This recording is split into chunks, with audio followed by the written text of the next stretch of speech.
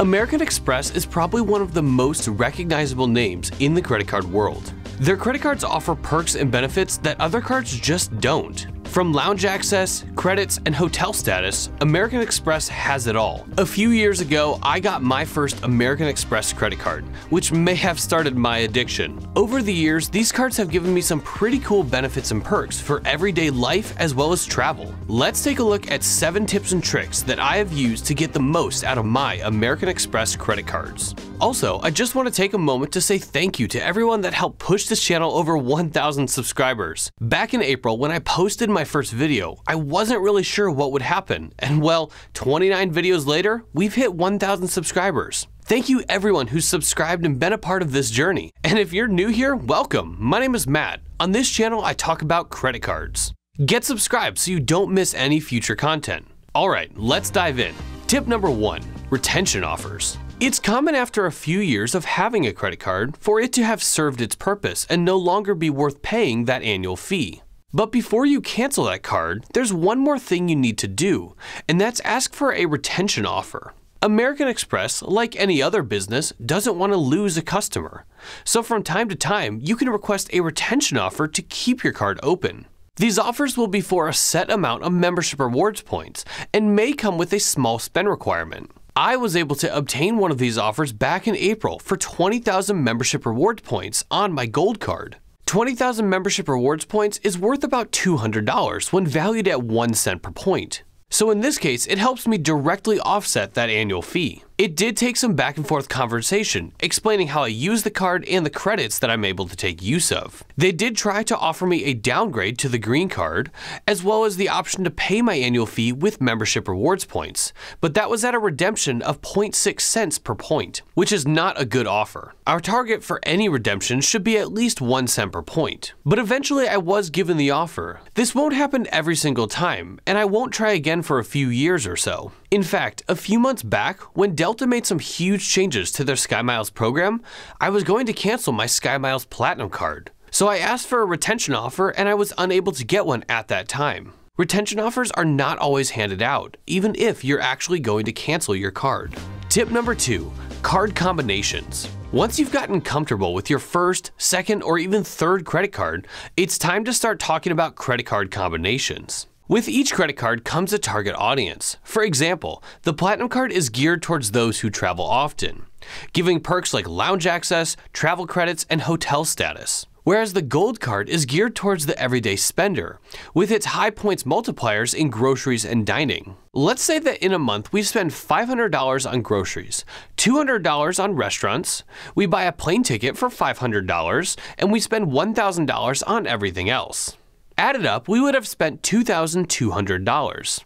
If we put all of that onto the Platinum card, we would have earned 4,200 membership rewards points, because we would be earning 5x back on that plane ticket, then 1x back on everything else. But if we throw the Gold card into the mix, we would have earned 6,300 membership rewards points, because the Gold card earns 4x back on groceries and restaurants. And if we added one more card to the mix, the Blue Business Plus, we would complete the Amex trifecta.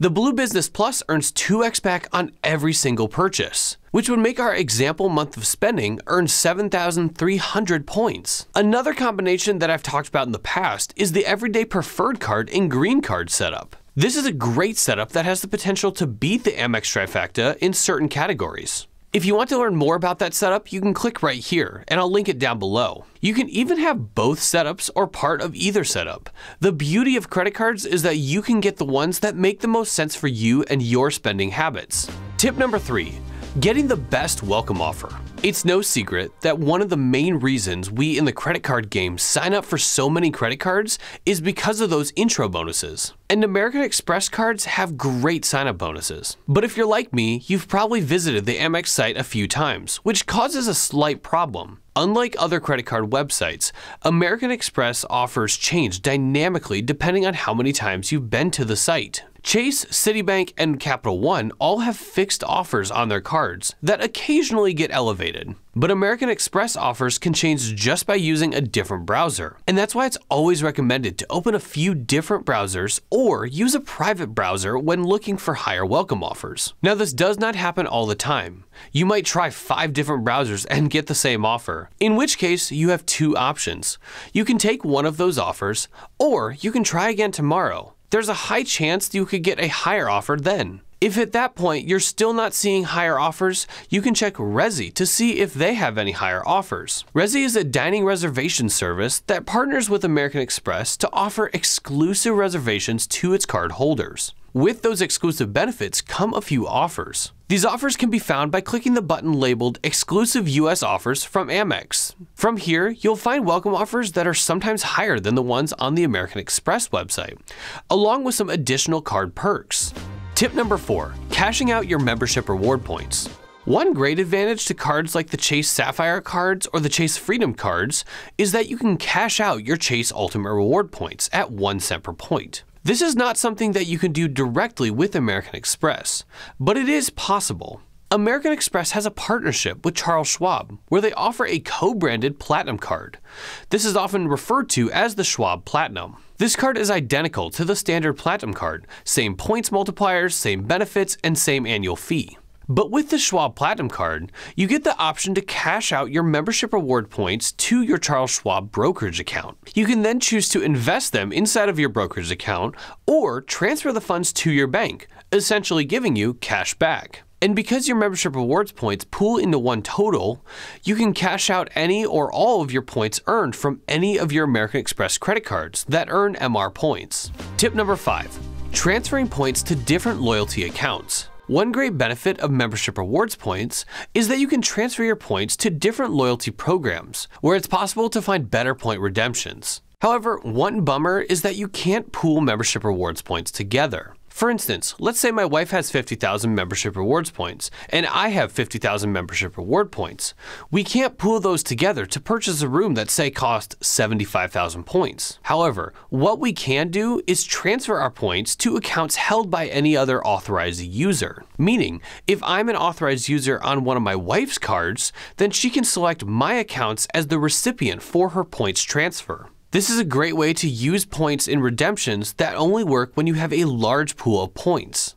Tip number 6, getting more out of Amex credits. If you take a look at credits offered by American Express versus Chase, Citibank, or Capital One, you'll see that Amex offers far more credits. In fact, the Platinum card offers 10 total credits worth $1,500. But to be honest, not all of them are great. Many of them are very specific, like the Equinox credit. But there are a few diamonds in the rough. Let's start by taking a look at the airline fee credit on the Platinum card. This credit is for airline incidentals, like baggage fees, change fees, or in-flight refreshments. The credit can't be used for seat purchases or upgrades, unfortunately. However, we can use this to fund our United Travel Bank account. This is a bit of a glitch in the system, and it's not really an approved method, but it's not an approved method, if you know what I mean. I recently tried this method and it still works. Another great credit that I use in a slightly different way than intended is the Uber Cash credit. Both the Platinum card and the Gold card offer the Uber credit, but instead of for ride shares, I use them for Uber Eats, and to save money, I select pickup instead of delivery. I've used a similar method for the Grubhub credit on the Gold card by selecting pickup instead of delivery. This essentially turns those credits into dining credits. Then, my wife and I like to use the Platinum card's Saks credit to actually buy home goods. Saks actually has a lot more than I originally thought, so my wife and I use this to purchase those random home good items you need. Tip number 7, done with annual fees. If you find yourself in a situation where you don't want to pay annual fees on your credit cards anymore, but you still have a large sum of membership rewards points, you're going to have 3 options. The first option would be close all of your credit cards and forfeit your membership rewards points. Definitely the worst option. Don't do that. The second option would be to transfer your points out to any of American Express's transfer partners. While this is a good option, it's not the best because once you transfer your points there, they're stuck. The third option would be to open the American Express Everyday card. This card is a no annual fee card that earns membership rewards points, which means all of the points you have would live with that card. Then you're free to close any of your other credit cards. I'd love to hear from you. What are some of your favorite American Express tips and tricks? Comment down below. Thanks for watching. If you like this video, hit the thumbs up. Don't forget to subscribe to see more content like this in the future. And thank you again for helping push this channel over 1,000 subscribers. See you next time.